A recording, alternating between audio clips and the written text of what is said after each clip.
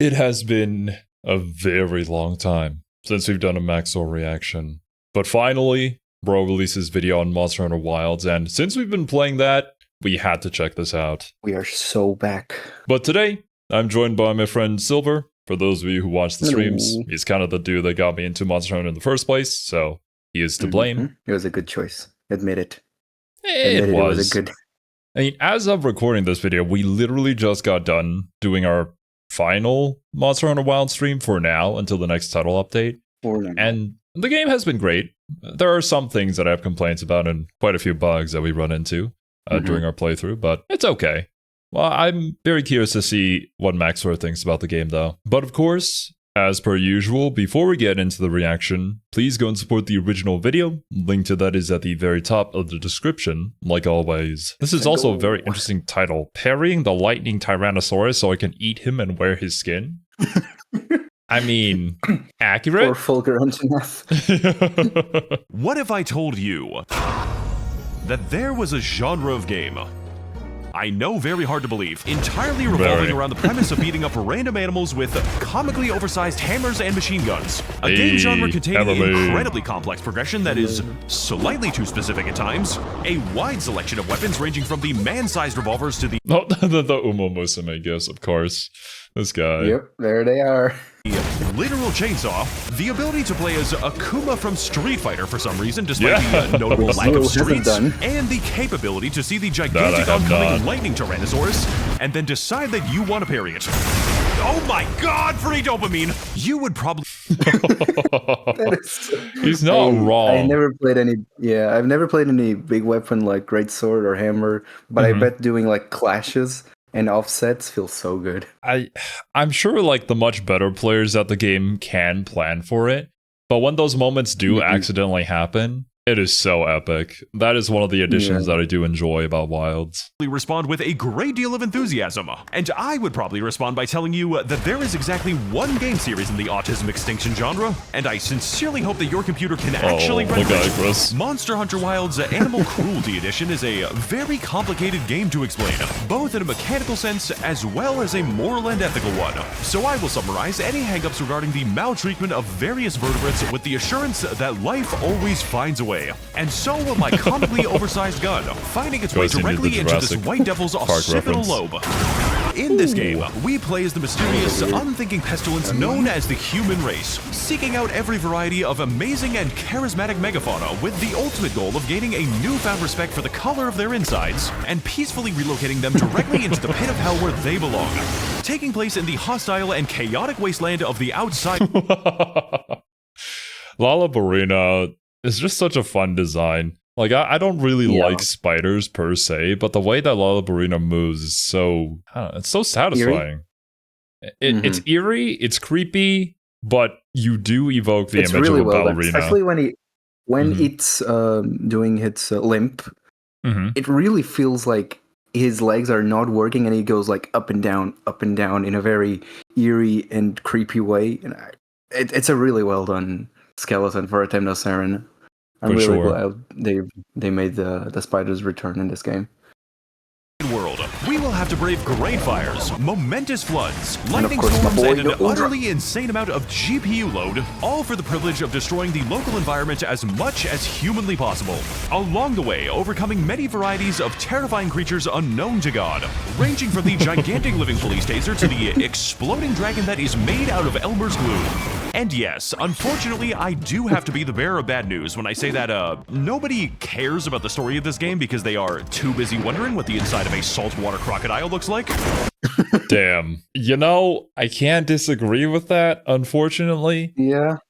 Monster Hunter was never about the story, but they started going with that narrative ever since World. And for you, technically. But it's really just a tutorial kind of thing before you get to high rank.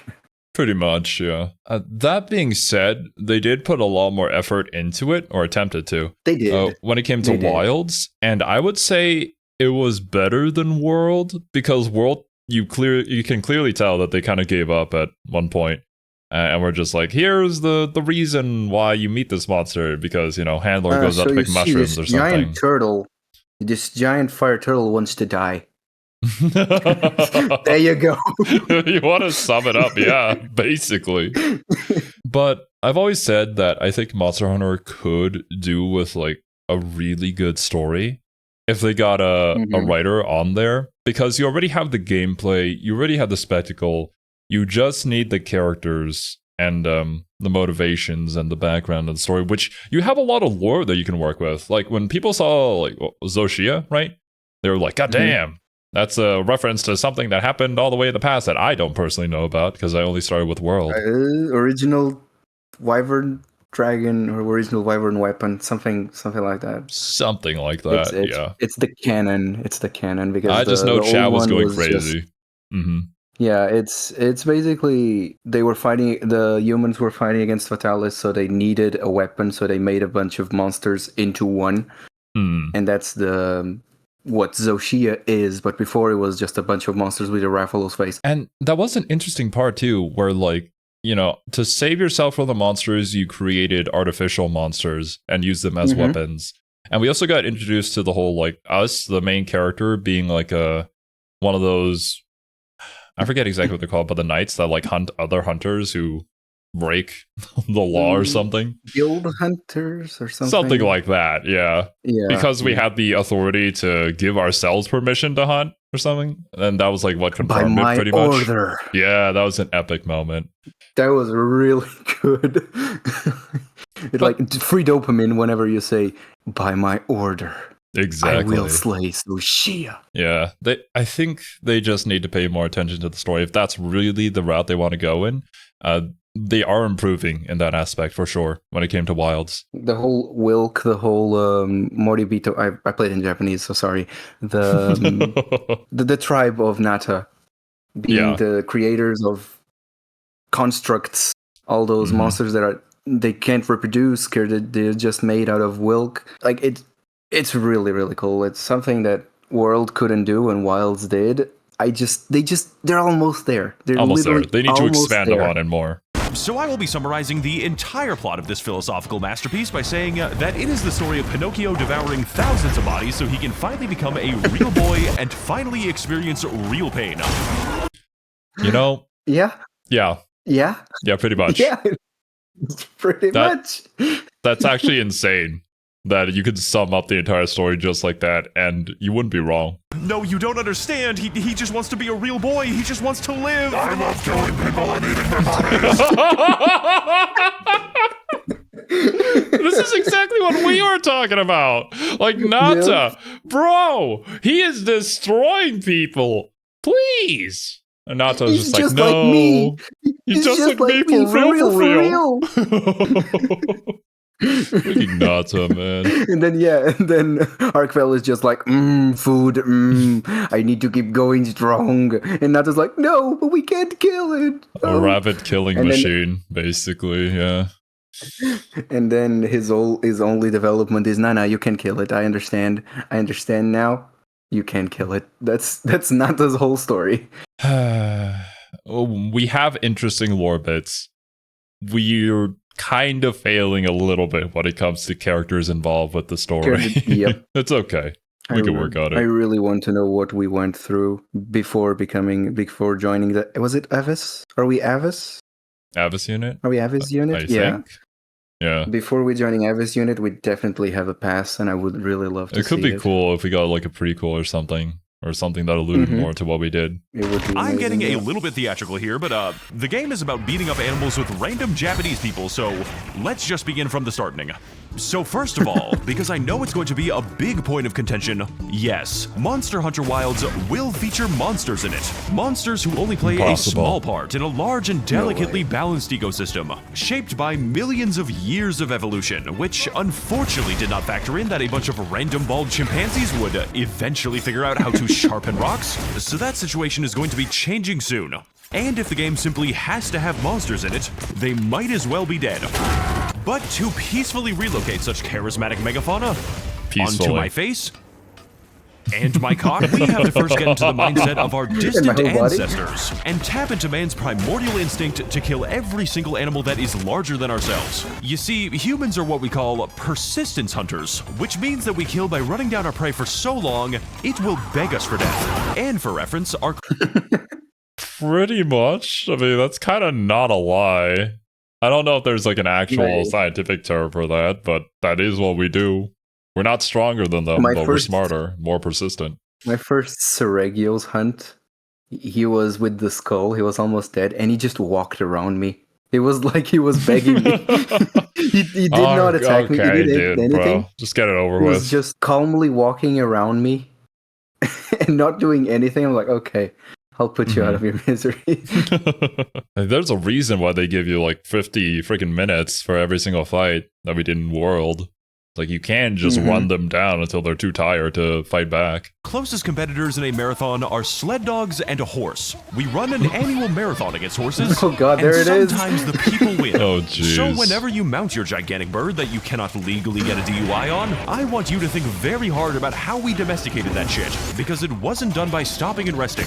Imagine for a moment that you are this gigantic rooster, and I am a ravenously hungry Filipino family. After a long and strenuous frontal lobotomy, you run away as far as you possibly can, with every single escape being a desperate sprint that takes the cumulative energy of 15 dead rocks. Meanwhile, the player is casually running an entire marathon by slamming down individual cabbages and using his sweat to radiate the heat equivalent of the fucking sun.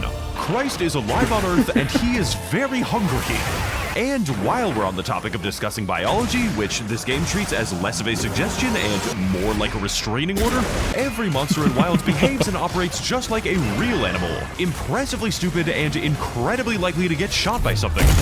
Oh my god, Jesus Christ! Bro got hit with that Costco rotisserie chicken! Usually... Oh, that has happened while we were playing through the game. I don't know. Don't run into the Ray Dow, please, for the love of God. But I mean, I guess that works out for us if you're hunting the Chemitress. It's like the Raffian. Oh, the Raffian that came in to help us kill the Tempered Lagiacrus? Yeah. Yep. Just out of nowhere. Then they just leave afterwards. That was funny. Both at once. And just like real animals that breathe ice and have gigantic laser beams, these wonderful beasts are extremely territorial, even going so far as to pick random fights while you are in the process of killing them. We are trying to stab you! That is a completely unrelated animal! Every single time, without exception. They are not showing this shit on National Geographic, dude. This lightning lizard... I mean, this is way more epic than National Geographic, not gonna lie. If in National Geographic they just showed a bunch of fantasy monsters fighting using lightning and fire, that would be like really cool to see. That would be awesome. Meanwhile, it's just like the bear sees its cub and it's cuddling it to sleep. I'm like, okay, thanks. Cool. Thanks, bye. No, but they just like play it off super seriously, right? Like, this is a scientific recreation of what dinosaurs used to be like when they walked the earth. And there's this Fulgur Anganath just shooting lightning out of its hands or something, doing the Palpatine meme. Unlimited power! And probably half his skull, but by God, he is absolutely going for that shit. And honestly, at this point, I am pretty convinced that most of them don't even need to do this, because they're just in it for the love of the game. I was thinking I could play soon. You guys chill over there for now. I need to drink. I need to drink. I need to drink. I need to drink.'s got beef with my chronic alcoholism. Oh my god, I just killed this. It's not yours. Wait, oh, I forgot to go. I gotta go.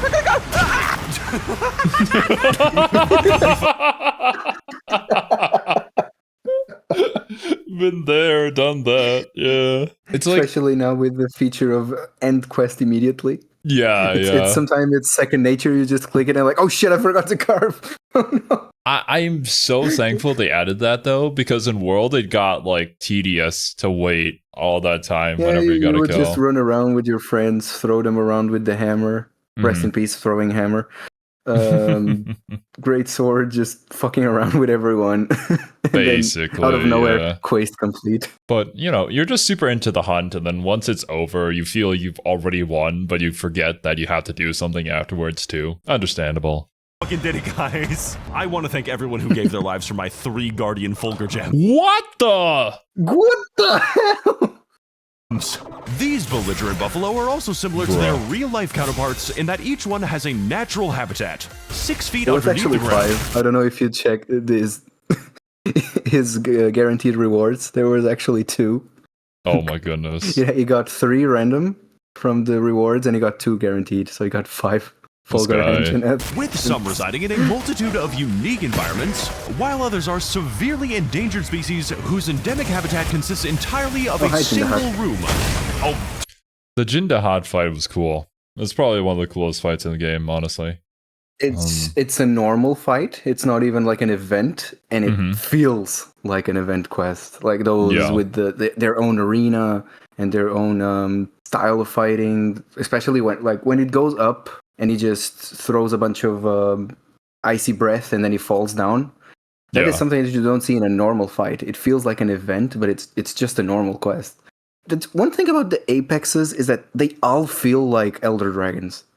Every single one of them, it feels like an Elder Dragon fight, but then they're just Apex and they have their own normal, like Flying Wyvern, Leviathan, and Cephalopod. They all feel like Elder Dragons, in my opinion. I mean, it even had the attack from World where it just like drops the bomb and you have to hide behind cover too in order to survive. Yeah. But that was from an Elder Dragon, right?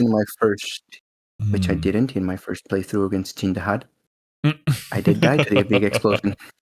Well, how are you gonna know that you need to like pull down the rubble and then hide behind it, right? Bro just covers himself in ice. Everything becomes fire, and like, but you're an ice guy. Why are you covered in fire? And you don't know that you have to pull the boulders that are above your head to hide behind them, and then out of nowhere, bro just explodes. But then they get you again with the freaking Zoshia fight, where it's like, go hide behind the rocks, just like that time. Nope. Get cooked. Rock explodes.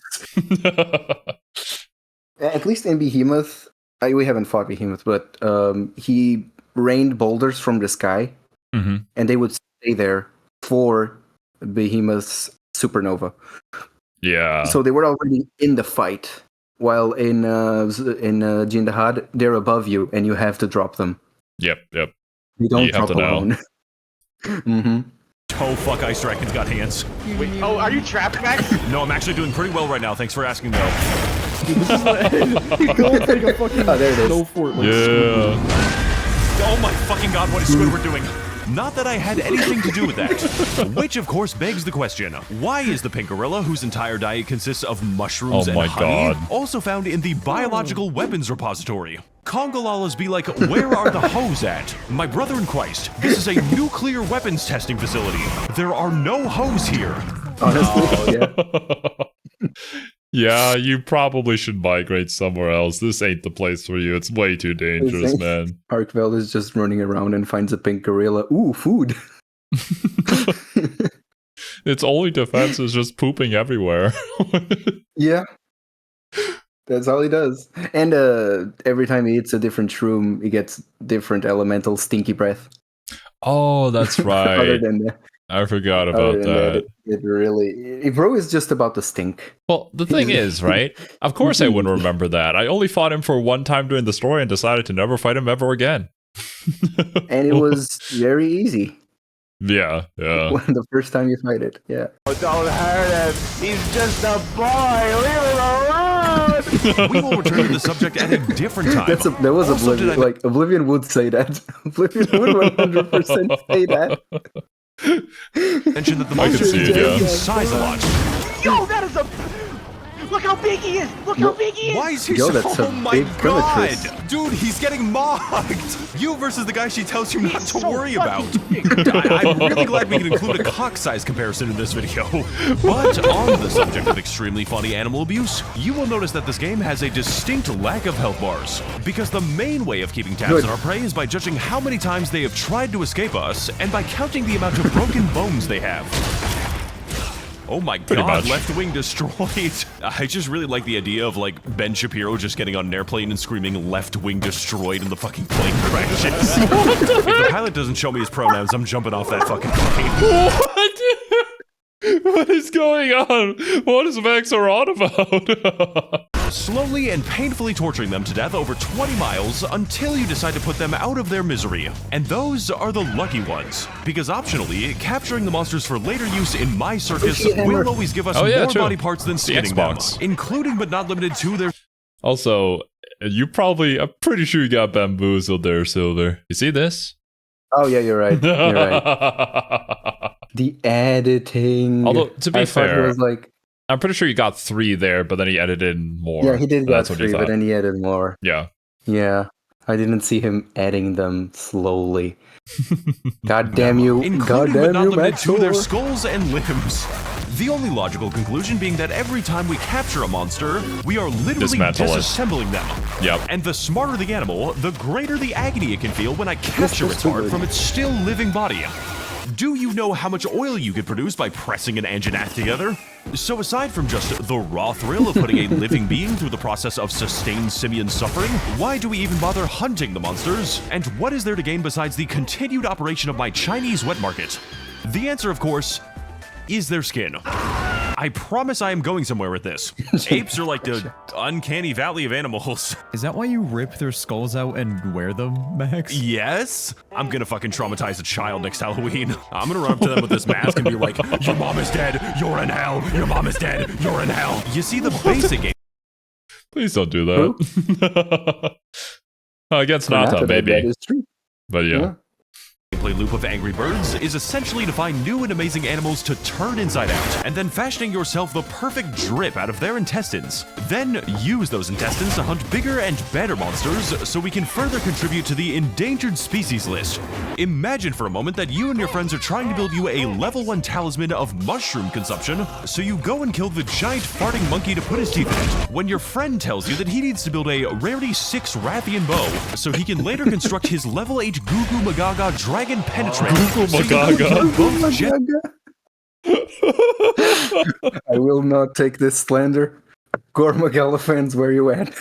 The Gore Magala fight, though, is epic. I like Gore Magala's design a lot. It also just has a strange skeleton, too, that I don't recall really fighting anything but that skeleton. What's the name of the final boss of Iceborne? Forgot his name. Charishvalda? Charishvalda. Yeah. It's that, but smaller. And the wings are way more wavy. It's not as like the rakes that Charishvalda has. Yeah. It's the same skeleton, but the wings are a little different.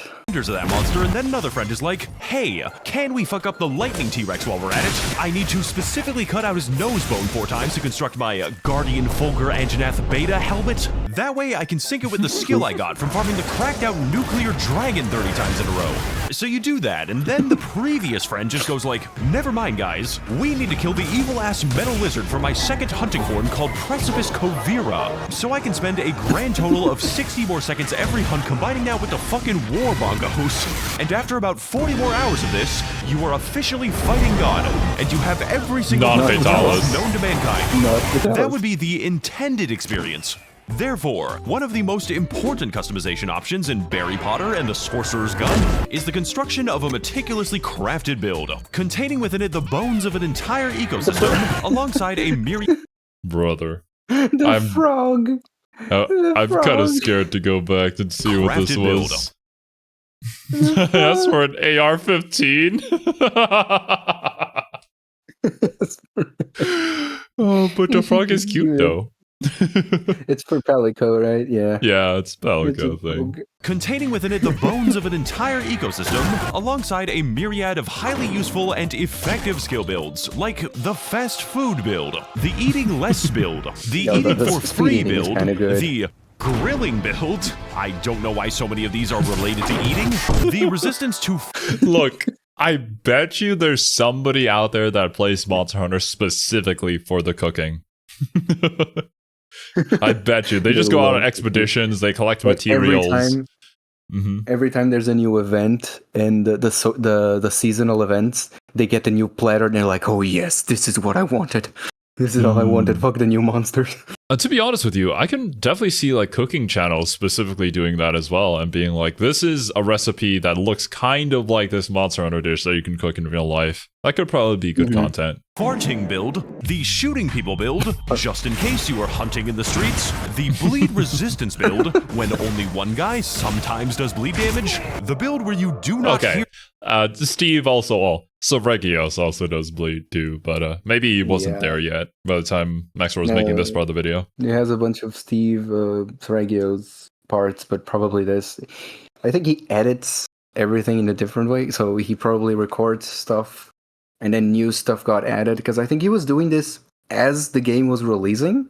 I think he was playing to make a video like while this, the game released. The amount of hours you're going to spend editing is insane. So the amount of content that's going to get released in between editing is, And I think this is one of the aspects of Monster Hunter that might turn a lot of people away, because maybe they do like the action combat and like the hunting of the monsters and whatnot, but the whole like gearing up and looking for specific skills to finish a build and then go and hunt the other thing to go and get the specific thing that you need to then get better gear to go hunt the other thing faster. Some people don't like the whole grind there. That's understandable. It's just it's a lot to get through, and going through the menus isn't exactly the most fun thing ever, especially if you don't have chat to just ask and be like, is this a useful skill for me? Does this work? And then you spend 1 million hours on the gacha for gems. Yeah. Oh, that's right. The melding thing isn't exactly like a pick this specific thing. It's you have a chance to get this thing, right? But you know where that actually happens, where you can actually craft whatever gem you want and upgrade whatever gem you want. Where? Rise. Oh my god. What is this propaganda? Things. The build where you do more damage as long as you are covered in soap. The build where you get resistance against impairments to mobility while in water, oil, silt, or streams. And lest we forget the mushroom consumption build, which is actually a really good skill to have if you can Mushroom actually good. The exact... I think Mushroom Mancer plus like what is it? The one where you get to give people AoE healing, basically. Wide range. Wide range, yeah. I think that's a really good build in most Monster Hunter games that I've seen. Free-meal, wide range, Shroomancer. You're just God. No one dies. Sword and Shield, where you can use items without having to sheath. Oh, true. Forgot about that. No one dies. Yeah. You're God. Max, you have to stop the mushroom bit. It's gone on far too long. Shut up, it's good. I promise you it is good. You are going to feel so much pain when I am done tripping the fuck out. Speaking of eating material that we do not yet fully understand, as you can tell by the plethora of skills dedicated to it, eating in this game is considered a very important game mechanic.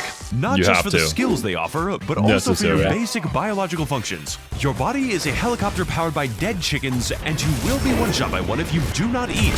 So while you do have the option of making yourself a bespoke amalgamation of calories in which you disgustingly glaze a cabbage with honey and feed it to the void, we are going to be doing our best to have our meals made for us in frankly unnecessary detail the proper way. Delivered exclusively by sentient cats who are all forced to seek employment in my kitchens for company scrip. Racial segregation has never been so delicious. But by far my favorite tasting consumable for use in rapidly filling my stamina bar is a special item sold only in the description store called Gamer Sups Energy Drinks. Oh now my god. And only drinkable using the limited edition Max0r cup. Also officially and only spillable on the limited edition Max0r mousepad. I will be checking your house for compliance, because when making high quality and eloquently designed Max0r merchandise, I wanted to communicate exactly what it looks like when you edit videos for 10 hours a day and it slowly consumes your life, eventually eating away at all the silence and darkness in the world until your existence is naught but a broad streak of neon light. So for that specific reason...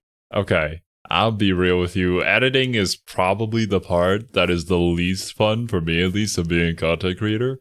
But I think Max0r is on something different. I recall watching an interview that somebody did with Max0r, and he feels like pushed to do better by his fellow content creators and whatnot. And that's kind of just his thing. So it makes sense that his videos someday evolve into this, right? I appreciate it. You can see, like, from his Devil May Cry to now, he improved a lot. Even in scripting, even in editing, he has become really, really good. Oh yeah, for sure. There's a very clear evolution of his edits where it's not to the point where it just gives you a migraine anymore. Like, it's still fast and it's still his style, but I think it's paced out much better. I made sure that the mousepad glows. And when I need to negate the damage sustained to my health bar, I drink my GamerSupps energy from the limited edition Max0r cup. Unlike some other products, you will be able to take it outside and show your family. So use code. Yeah, some of the other cups definitely don't show it. Yeah. Blast. Max0r with a 0 at the description store for money off my cup and giant ass mousepad. Because much like the now extinct Chatacabra, once it is gone, we need the chattiest Chatacabra, the absolute Giga Chat Chatacabra, to come in as an event and destroy people. This poor dude is getting farmed, man. It is never coming back. Also, did I mention that you can just casually begin eating and drinking directly in front of the monsters in this game?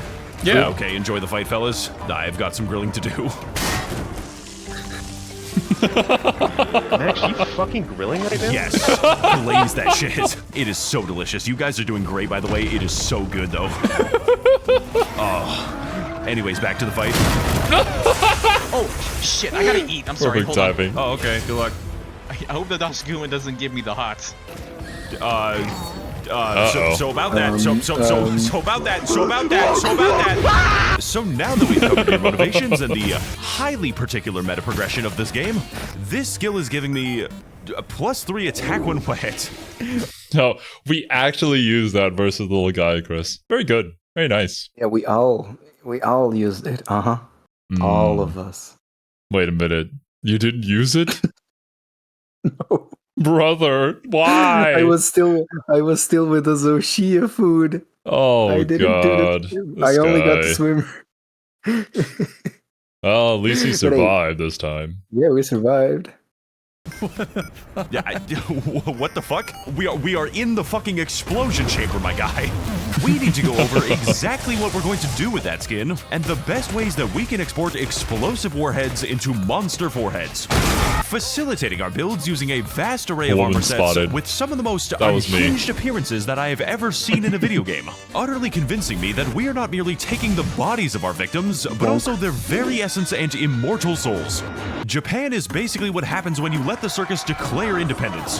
What I am trying to lie about right now is that your appearance and dress is a very important part of this game, with a lot of options to pick from and an extremely in-depth character creator, which not only allows me, but encourages me to play the entire game as a sentient void, who has only known hunger and destruction for his entire eternal existence.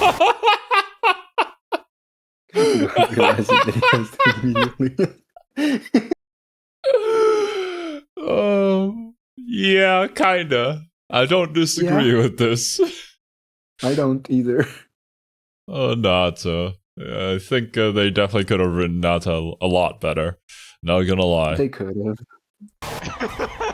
Jesus Christ, get this fucking thing away from me. As well as enabling some that is Nata's cutscene when he's like, oh, he's going to save me. Yeah, that is just Void approaching you. The true essence of Kingdom Hearts, I'm sure. Amazing crossovers. Mr. Squidward, I should kick your fucking ass! Oh my god, I just realized it's the Mr. Krabs when you bill. realize. Yeah. Mr. Krabs when he realizes you didn't pay for his patty. But perhaps even more important than our large selection of delightfully normal outfits is our choice of up to 14 ridiculously massive weapons. All of them completely different from each other, like the light bow gun, or the heavy bow gun, or the bow, or the gun.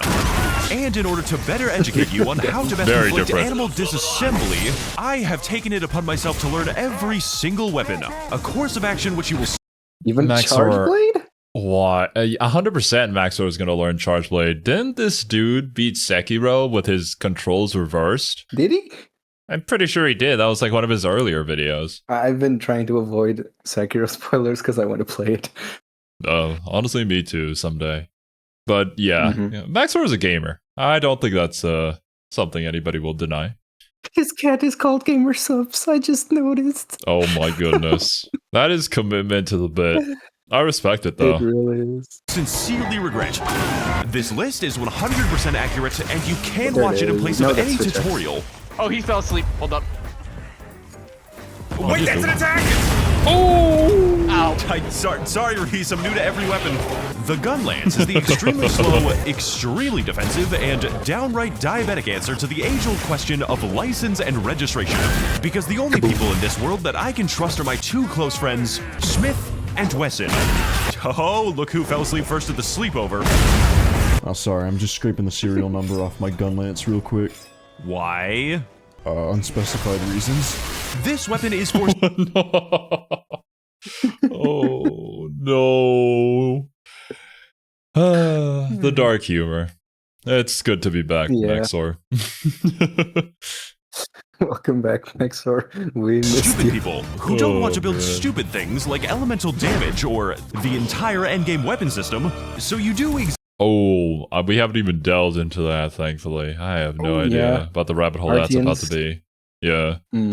I'm assuming that you can just like customize every little thing down to its finest bits, but it takes a lot to get all the materials. You know how in Genshin you roll for the weapon stats? You mean the artifact stats? Yes, the artifact, exactly. I see. It's kind of like that. Yeah, I don't need another game like that in my life, not gonna lie. We already have plenty of gacha games out there that do that to me. Monster Hunter, please. Exactly one combo on this weapon, and if the monster slips on a banana peel, you will unfortunately be forced to euthanize it. The lance is like the gun lance if it was bigger than your entire character for some reason and did not have a gun, making this the perfect choice for a diagnosed schizophrenic. This weapon is for people who really do not want to get hit, and would rather directly face tank an entire laser beam or the fire of a death god, rather than being momentarily exposed to sentient thought. Coincidentally.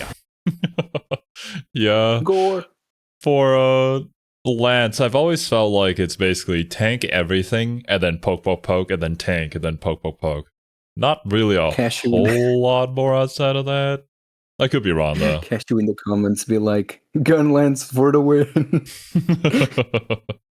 No, not gun Lance, Lance. He was a Lance. When I played him for the first time, he was just running with its lance to the monster.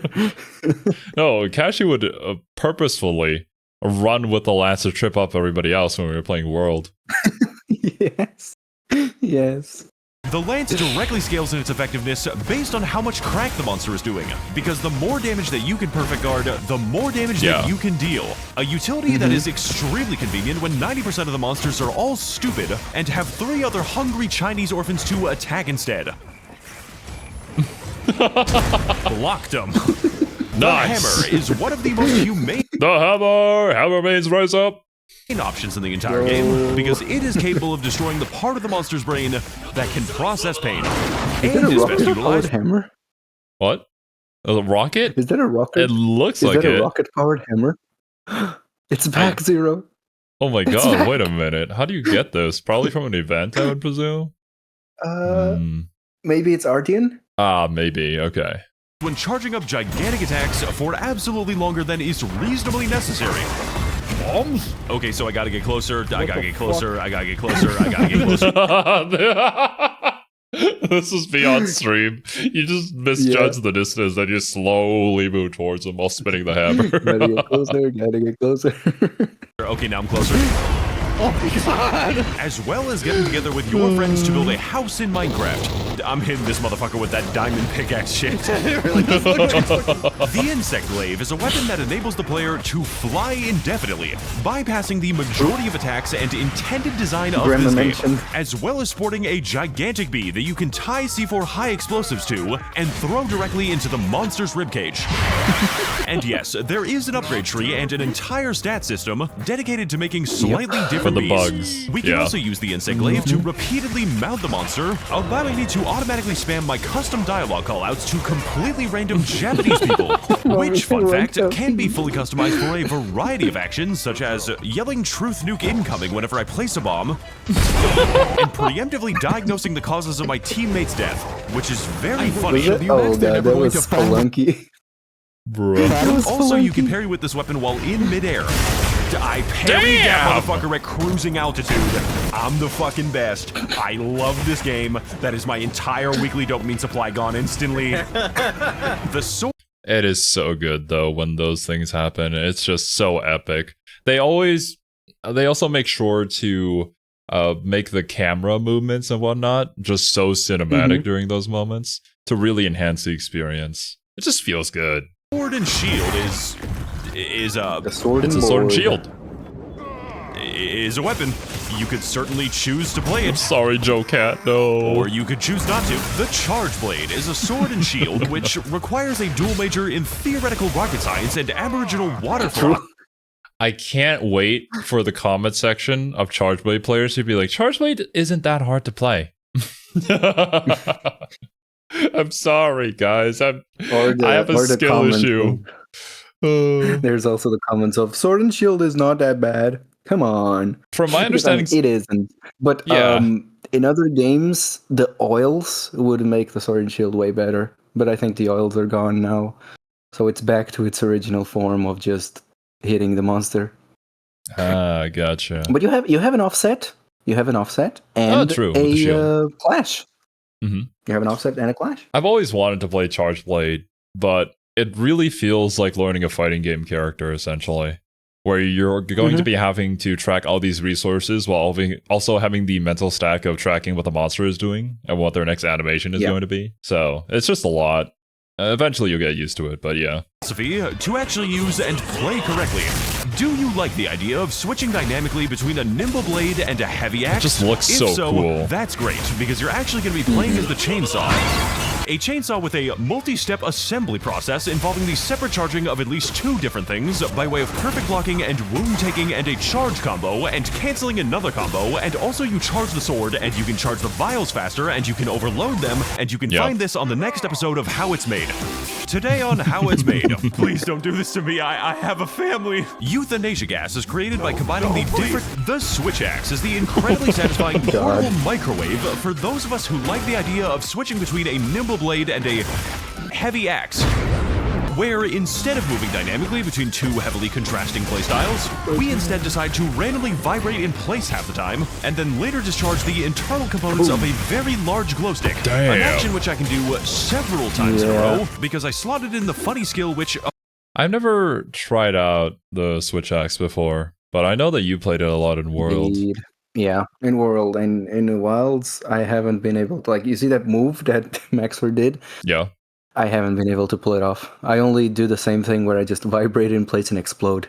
Does that move specifically require you to, like, perfect parry something? Maybe you have to hit a wound while your weapon is charged.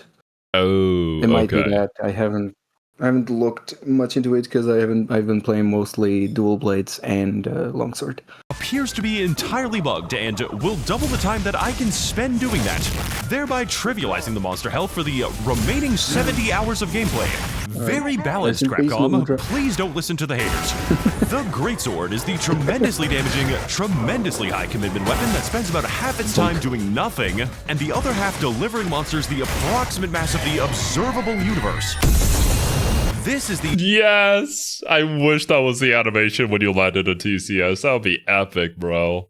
But it really does give you that feeling. That's why I love the hammer and the TCS. When you do a hit and it lands, it just feels so good. It's a big hit, big numbers too. I'm also really glad that in the beta, the stutter wasn't there when you hit the monster, so it felt not as impactful. But they put it back and it feels so good once you hit like a really chunky hit on the monster. It's also insane that in Wilds, you can actually aim your TCS now. Like, in World, you can adjust it a little bit, but Wilds, just turn around, do a 180 TCS. Why not? Focus strike and... And ever since World, honestly, whenever you landed the TCS, whenever, like, a Nurgi was doing its air dive at you, and then it knocked him down. Shoulder bash. Ooh.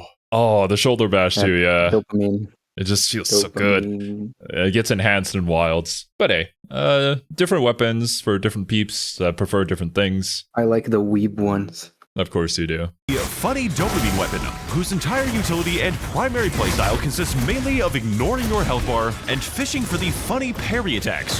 Yes. Oh, that hits the spot, yeah. Which are absolutely unnecessary. Yes. Extremely addiction forming. Yes. And comprises the entire basis of my build and playstyle. Do not ask me. My exact reaction, bro. That's why these weapons are so awesome. None of this dinky little like swiping at the monster with your 2 daggers. But I can sing Attack on Titan while I do it. Fair, especially with Jindahad. It's so funny whenever you get it off on Jindahad. You just spin for 2 minutes. Spin for the win. To do anything useful, please. This is my main weapon, and I only know one of its moves. The longsword is the extremely wacky desert. Well, I can watch. Oh my god, it is. It's me! Designated tool for the profession of aura agriculture. And is comprised entirely of the most extra attack animations that I have ever seen. Alongside having 2 completely different parrying mechanics for seemingly no good reason, other than trying to look like a divorced dad's So this is how longsword's supposed to be played, I see. I hit 4 side slashes. I do. Can you 4-side slash through a Legiacrus charge? I did that, actually, this stream, but I don't have proof because I don't stream. Says the guy who streams. Perception of intimidating. A true samurai does not concern himself with child support payments. Therefore, this weapon is always to be played entirely in character, complete with in-character clothing, in-character auto-communication, and a mandatory soundtrack comprised entirely of evanescence and skill hit. Oh my god. To me, Crazy Frog is just regular frog, and Monster Hunter is just regular hunter. But exactly. You see, like, Bury the Light starting playing, that's exactly how I feel whenever I hit the... Helmbreaker on the monsters. Hey, different things for different peeps. There's a lot of variety here when it comes to weapons. If it's the aesthetics of the grave that you crave, then look no further than the absolute hyperactivity of the dual blades. The only weapon in this entire game that you can play from beginning to end without needing to browse increasingly racist TikToks. I am so stimulated right now. They got the dancing fruit and shit. Is this Monster Hunter Rise? These are the funny number knives, whose primary function is to keep the player increasingly and concerningly preoccupied with transforming the screen into Cocomelon for mathematicians, all while juggling a variety of powered-up states, such as Demon Mode, which is used to charge up the Arch-Demon Mode, and perfectly evade your enemies to finally enter Gay Sex Mode. Okay, I made that one. Now that one I have yet to discover. This is why Max0r is the true gamer here. That is not the name of the mode, but if you pick this weapon, you might as well be honest. The dual blades also come with one. Nice. Good play. The funniest attacks in the entire game, where you sort of just casually chain backflip along the entire length of any given monster, which against some monsters is a... Yeah, Jindahad! There it is. A little bit silly. The hunting horn is the preferred weapon for hunters who want to simulate Rock Band for engineering students, while unfortunately suffering from a praise cake. Because every single time you decide to heal your team, they are going to begin reenacting the end of Evangelion. This is the... It's true, though. Thanks for the support.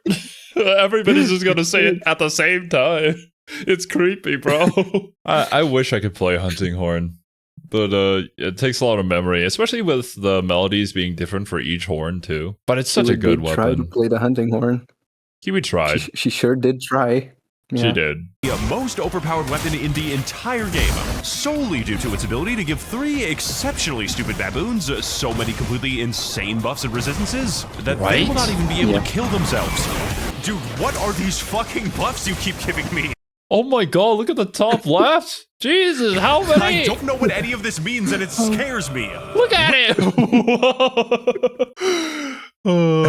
This is like the freaking demon drugs, but on steroids. And all the time, constantly getting refilled.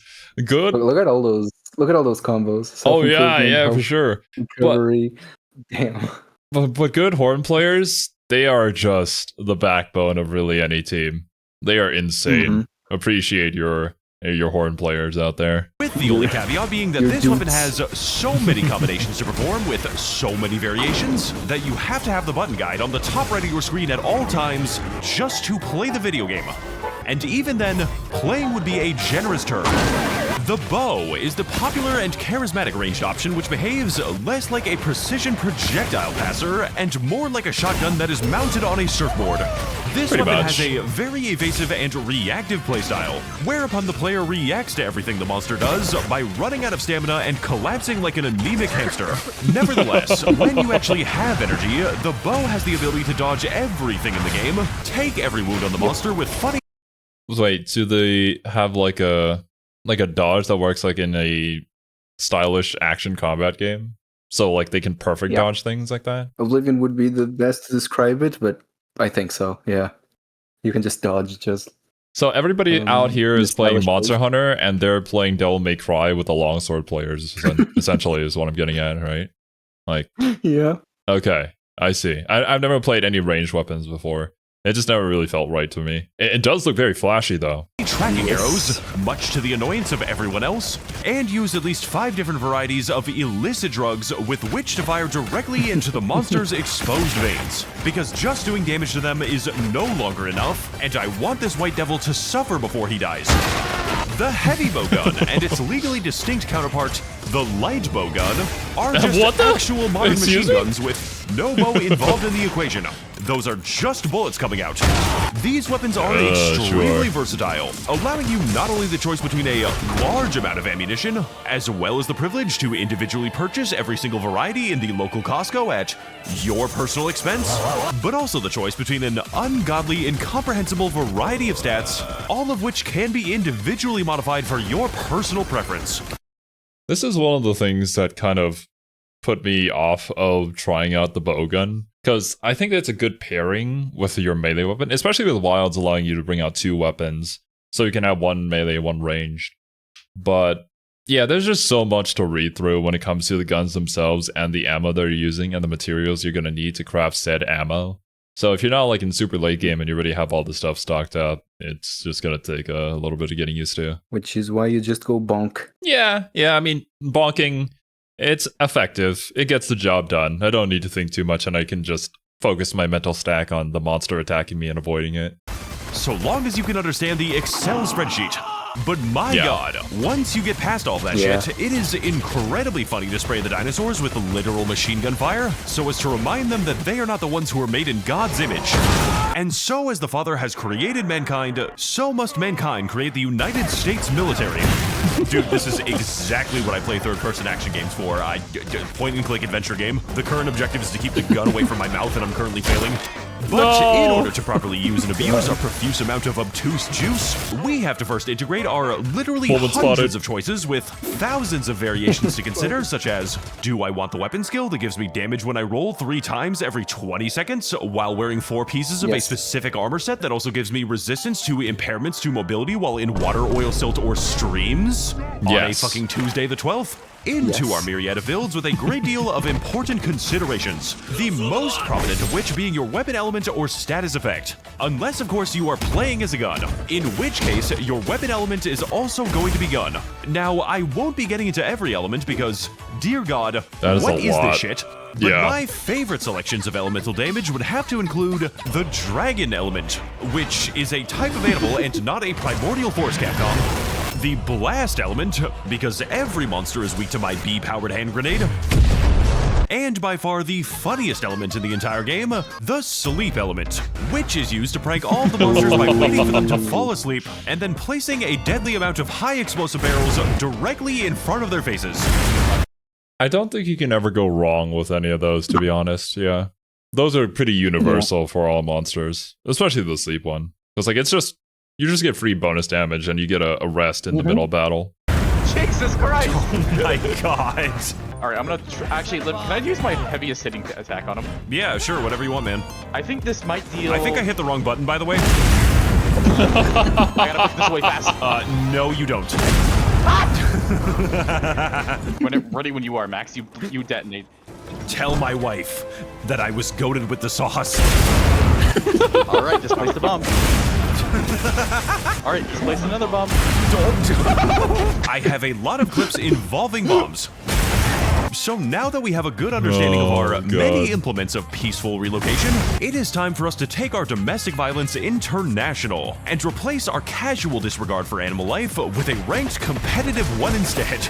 Because to truly combat the animals of Monster Hunter, you must not only know yourself, know your weapon, know your armor build, and know which mushroom color corresponds to which buffs, like a very unhealthy game of Simon Says, but must also understand the incredibly violent ecosystem in which we hunt, as well as the gigantic living PC destroyers that choose to inhabit it. So with the understanding that I have thus far forgotten to show the monsters now in mind, please allow me to describe to you the content of these monster hunting wilds, and why half of it makes absolutely no logical sense, both geographically as well as constitutionally. Starting, of course... I think that's the thing with World, where they try to make things more based on actual ecological, like biomes, where monsters would fit in with said biome in some sort of way and have some sort of relationship with the other monsters living in that biome. There was an attempt, and I mean, it doesn't necessarily have to be 100% scientific, but it just makes it more immersive for the player, I would say. But yeah, I don't think anybody's going to go out there and say that, yeah, this is 100% real, right? True, and all this could exist all at the same time with each other and work perfectly the way that it's intended. With the Windward Plains. Welcome to the sand-laden dunes of the Windward Plains, one of the most horrifically hostile locations known to mankind due to its seasonal tendency to jump between the likes of violent sandstorms, apocalyptic lightning hurricanes, and a special kind of weather condition exclusive to this game called the GPU Load Tornado, in which the environment is so brimming with the miracle of life that the sheer number of on-screen animals will make your PC beg for the sweet release of death more than the monsters that are contained within. This area is home to a bunch of silly little guys whose primary defense against human predation is that they are so stupid and so absolutely worthless that you will be forced to question why you were even hunting them in the first place. You guys baked a stupid fucking rotisserie chicken for me. I'm playing Minecraft. This shit is just like Steve's lava chicken. Holy shit. I love this attack. This is so cool. Oh my god. With the only exception being the insanely aggressive biological war crime known only as Ray Dow, who has a face that transforms into a gigantic railgun, which he uses almost exclusively on every other monster found within a 10-mile radius. This is why we have to kill you, dude. You're fucking up the ecosystem. Having a monster or an animal just going around with a railgun attached to their head is probably not good for any ecosystem. Not gonna lie. Nope. The Argveld is just doing. He's a good boy. He's just helping us. Totally. Yeah. I imagine it's the Megamind meme where it's like, "You've saved us." More like under new management. Yep. Please don't kill him. No. He was so young. I don't know what the fuck is up with that. Lightning pterodactyls just got beef today. Oh, Max! The Scarlet Forest is the crowded and exceptionally vertical home to most of the fresh water on the entire planet Earth, varying greatly in gameplay between the Blue Water Season, the Blood Water Season, and the Flood Water Season, during which times about the same variety of monsters can be found at basically any time. This area is home to a bunch of horrifically vibrant death machines, who are as violent, ruthless, and terrifying as they are exceptionally stupid to look at, with some of my favorites being the nefarious Yonkuku. You're gonna love this one. Just wait till you see what he does next. Dude, that's his fourth tail whip attack. The Yonkuku. This was my first introduction to it. It's kind of cute, but yeah, it can mess you up if you're underestimating it. For someone that has been playing this for a while, Kutku is literally your first Argent ever. This is like the first big monster that they show you, that you have like, yo, kill him, kill this one, and you can go to stronger ones after. He's basically our sensei. It's basically the Pookie Pookie of this game. And I mean, I guess he came before Pookie did, I would presume. Because they have very similar attacks. He's from Monster Hunter 1. Damn, like he's an OG, yeah. He's an OG. The hunt so far, Hunter, resharpen your weapon. You'll love this next attack. Okay, I do have to correct myself. This is not the big monster that you fight. You start with a raptor in every game. So like you have the great jaguars in World, you have Chatacabra here, but in the old games you had like the raptors, which were Velociprey, Velocidromes. Those are the first ones that you fight. But Kudku is the first big guy, not like a raptor. Kudku is like the big first wyvern that you actually fight. I just wanted to correct myself so I didn't get called out again. We'll get roasted. Okay. Get cooked by Ray Dow. Railgun, go! He does. It's insane. Look at him go! It's one against the wall. Yeah, I broke the young Kudku. He's broken. I don't even know how this happened. This is what happens when you smack him in the brain too many times with a hammer. Been there before. The funny fire hose fox that can instantly kill endgame builds in one singular attack. What the fuck am I even skinning you for? While also forcing you to hilariously slip and slide around the fight by covering your body in an inconvenient amount of soap.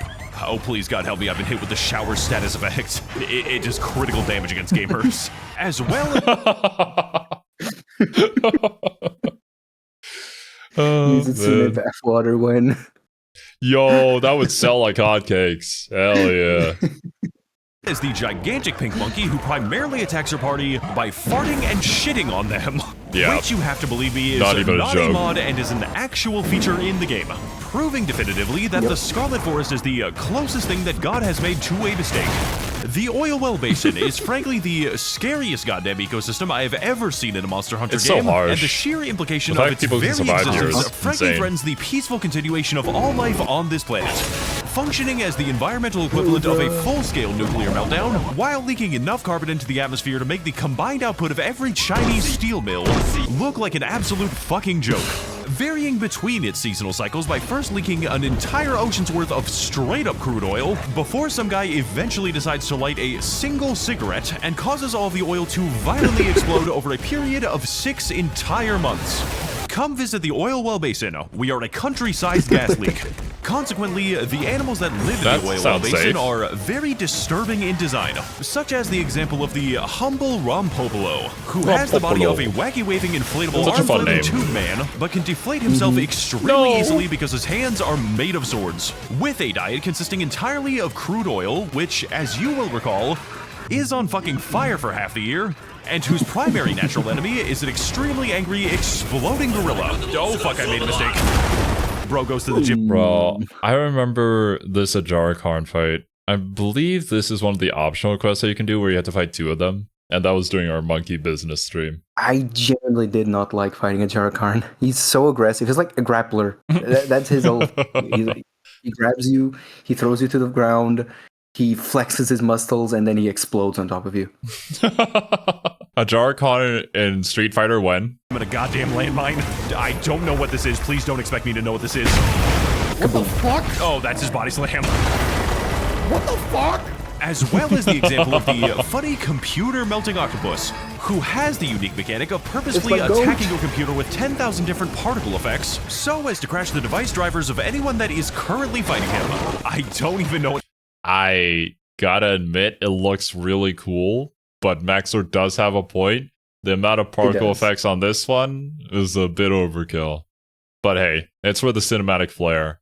Just gotta optimize things better. The fuck I'm fighting, Reese. There's too many particle effects in this goddamn game. Won't someone please think of the YouTube bitrate? Oh, Jesus Christ, he's firing the computer killer again.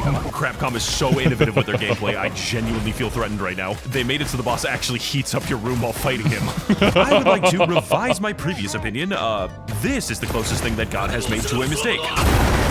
The Ice Shard Cliffs is the confusing-to-navigate, snow-covered nightmare realm primarily populated by increasingly aggressive apes and awfully alarming arachnids. Oh god. Featuring 2 extremely diverse seasons that I can definitely tell the difference between, both of which are some variety of cold and exceptionally gray.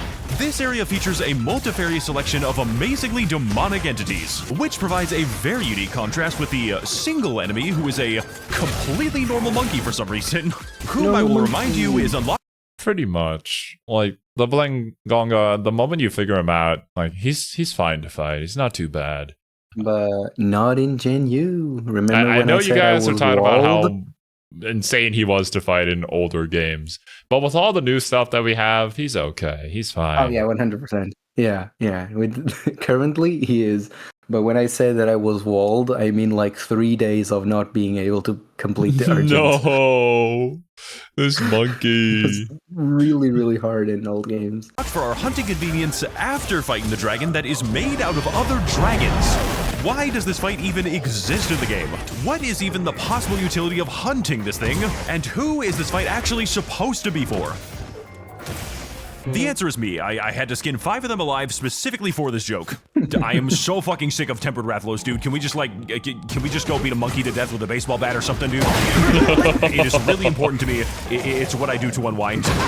By the way, that voice you keep hearing in the background is my brother. He's not very talkative, but he has killed 23 Nursillas. And he's not going to stop anytime soon. The Ice Shard Cliffs also contains one of the most angry and aggressive demons that you can possibly encounter in this game.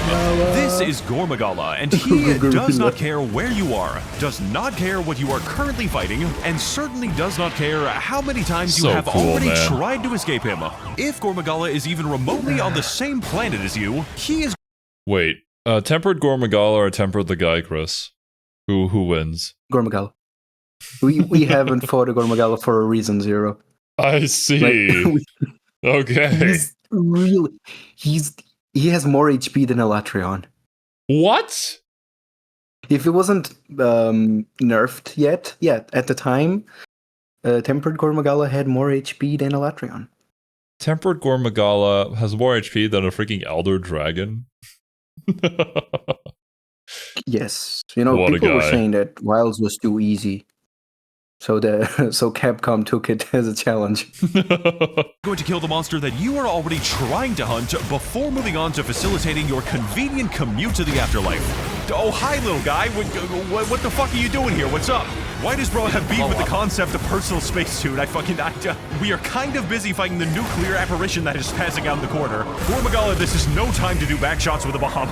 That was the 3rd time he attacked us in the same hunt, and the 4th one made me crash the fuck out. Here, let me give you attack up. Hi, Gormagala. What are you doing here for the 4th time in a fucking row? What's going on, man? Welcome back to the fight. My penis was almost unshredded today. I had to do so much audio engineering to make that sound good, by the way, because the original was kind of... Oh my god. I'm going around the whole arena. I'm running suicides. The fitness grand pacer test. We'll now begin the push-up section. The Ruins of Wyveria is a uniquely magical, utterly bizarre kingdom founded on the remnants of a now extinct and highly advanced civilization, brought low and eventually destroyed by their hubris when, instead of inventing something sensible like healthcare or basic firearms, funneled their immense brilliance into crafting living, fire-breathing bioweapons with a reputation for destroying entire ethnicities, only to become surprised when it turns out that arming your own ecosystem was not a sustainable investment strategy. Who could have foreseen this? Oh, no! I like how they're called guardians because they're supposed to guard, but they just kill you. They're not guarding very well. They're more like assassins. They're guarding their own interest, okay? Did all this happen in a time when hunters didn't really exist yet, and that's why this was the solution? If I remember correctly, it was before the hunters started. There was just a war of humans against the monsters, and the monster was like, the humans were like, we have weapons and stuff, and the monster was like, we have Fatalis. But we have a Fatalis. So the humans tried to make the tried to make a Fatalis themselves, yeah. Fight fire with fire in a way. I get that. So she is technically a Guardian Fatalis. Technically speaking, he's a Guardian Fatalis, but I don't think it's finished. Either that or they just couldn't make a Fatalis like how they do Guardian Rathalos, that is just a Rathalos but with Wilk, or for Fulgur Anjanath. Zoshia is like their way of trying to create a fake Fatalis. But that's the thing though, right? If you have the technology to bioengineer these monsters and potentially use them against the other monsters, do we not have the technology to make a bigger gun? Yeah, you know what we need, Zero? We need fists. Like just no weapons, no anything, just fist. So that's the new weapon that we need. We don't need weapons, we don't need anything, we just need gloves, and we go for the fight. Gotcha. Go ham. 1v1 me, Fatalis. Final destination, no items, let's go. As a result of this, Wyveria contains a wide selection of highly volatile constructed infants to fight with a lot of modifiers preceding their names. Yes, I am looking at you. Tempered Guardian Ebony Odogaron, as well as a completely random selection of monsters pulling from the most annoying population of every surrounding region, including but not limited to a lot of animals that definitely should not be in Tyrannosaurus Alley right now, as well as the monsters that shredded my asshole open in every other area of this game, now migrating to Martin Luther King Boulevard to put the ops on site again. Ha ha ha ha! No! Okay. But Werther's originals. I want Werther's derivatives. Kyle, what the fuck are you even talking about? I literally don't think I have to take the... What is he doing? What is he fucking doing? What is he doing? He's swiping at the Kinsect? Get the fuck down from there! Okay, Squidward, I'm gonna show you my big-ass clarinet real fast. Yes! I better not catch you with the fucking bubble bowl again, dude. Oh. Where'd he go? Oh, fuck! Like, right before he dropped down on me, I was like, oh, where'd he go? He's gonna crash down again. Oh! So to end our extensive deep dive into the secrets of mass extinction and my intellectual thesis on how to best accelerate it, you may have come to the conclusion that this game seems slightly... You need to hit an offset. You need to hit an offset with the hand. I've hit the offset before. I've done it on stream. Against a good monster, like against an Arkveld? Damn, against a good monster? Are you suggesting that all monsters are equal? I meant against a hard monster, not a good monster. Sorry. This is monster discrimination. That's monster phobic, Zero. Why did I say zero? Zero? Zero? I'm just calling myself out. What the hell? Silver! I guess I'm just so used to, like, that's robophobic, Zero. That's robophobic. Complicated and of fairly considerable... Oh, that is true. We have two weapons, and that's nice. That's something a lot of people wanted.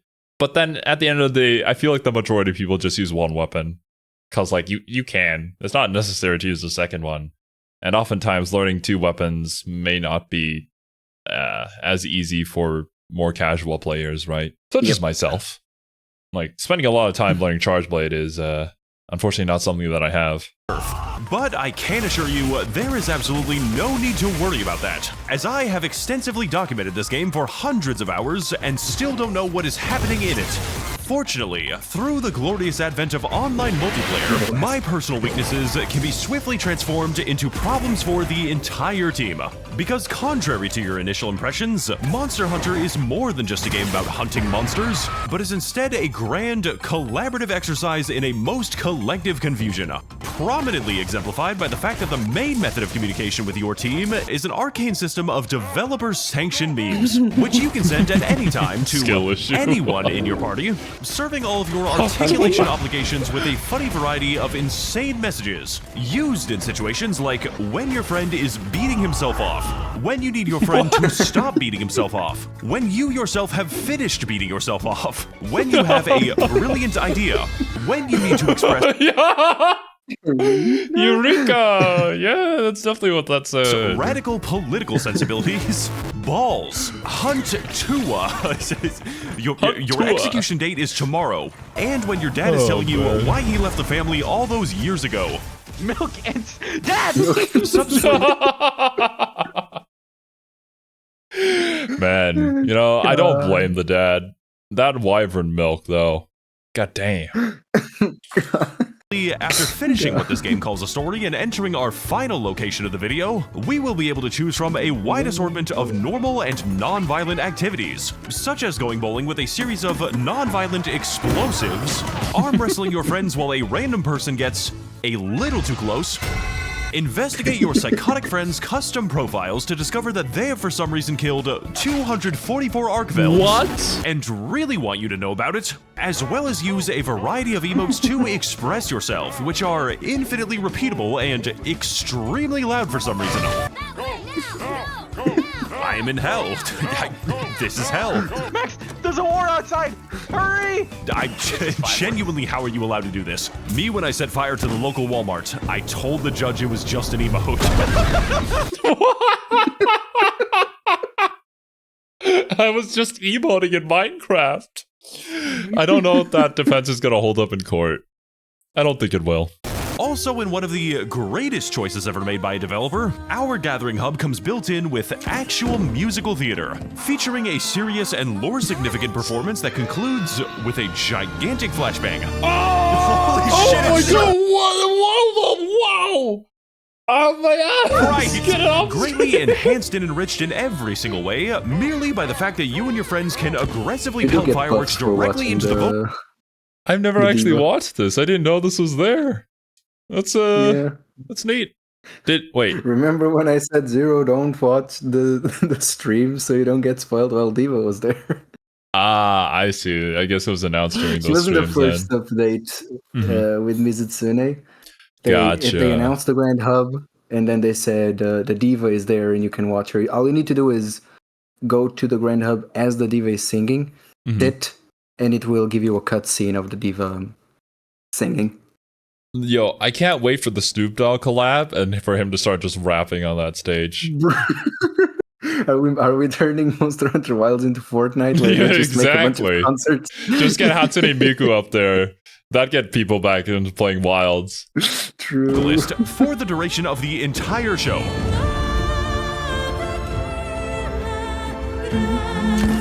Without the Max0r edits, it is beautiful music though.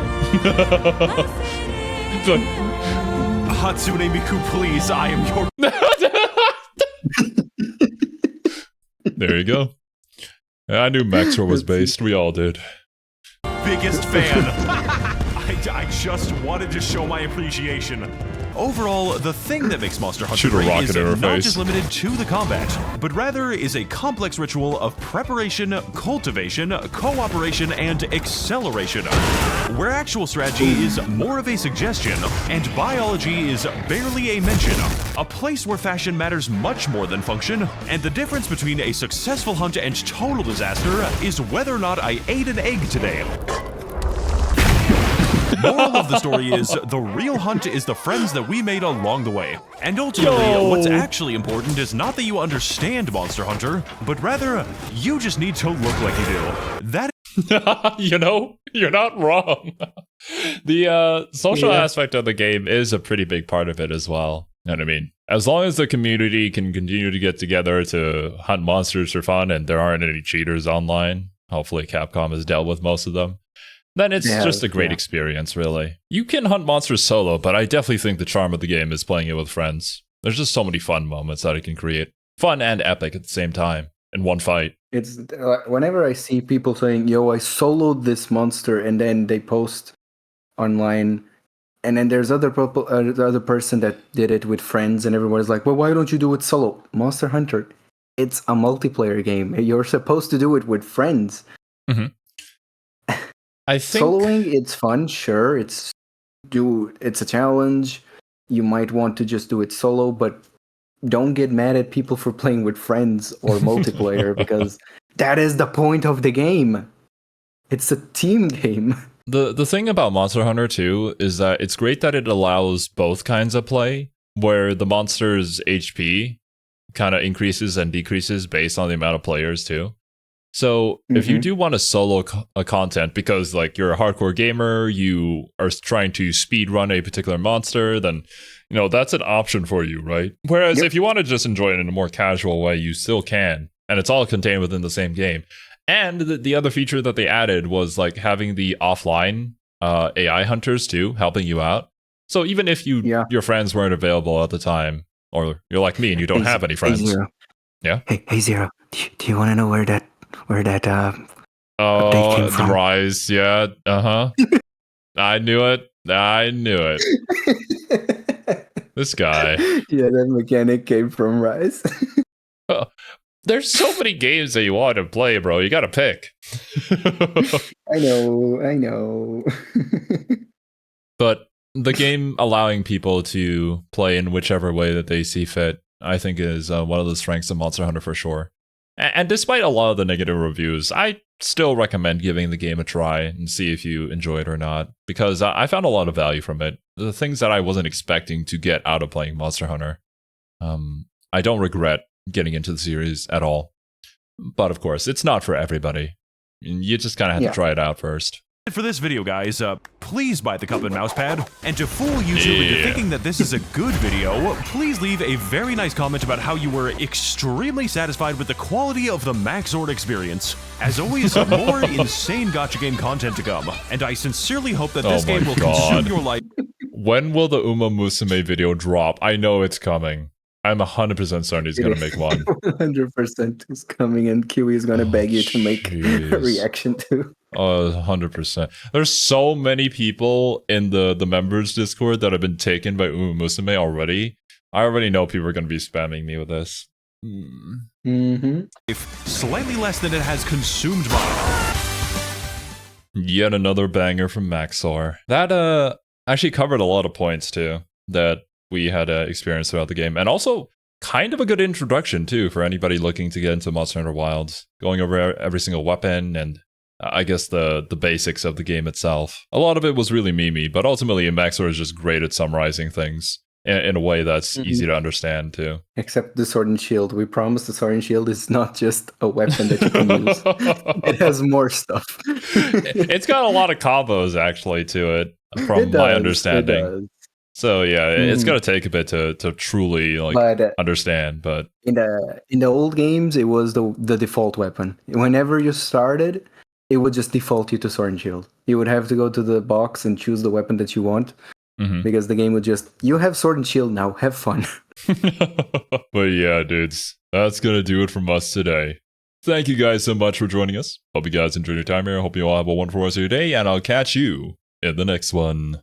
Later, dudes. Bye.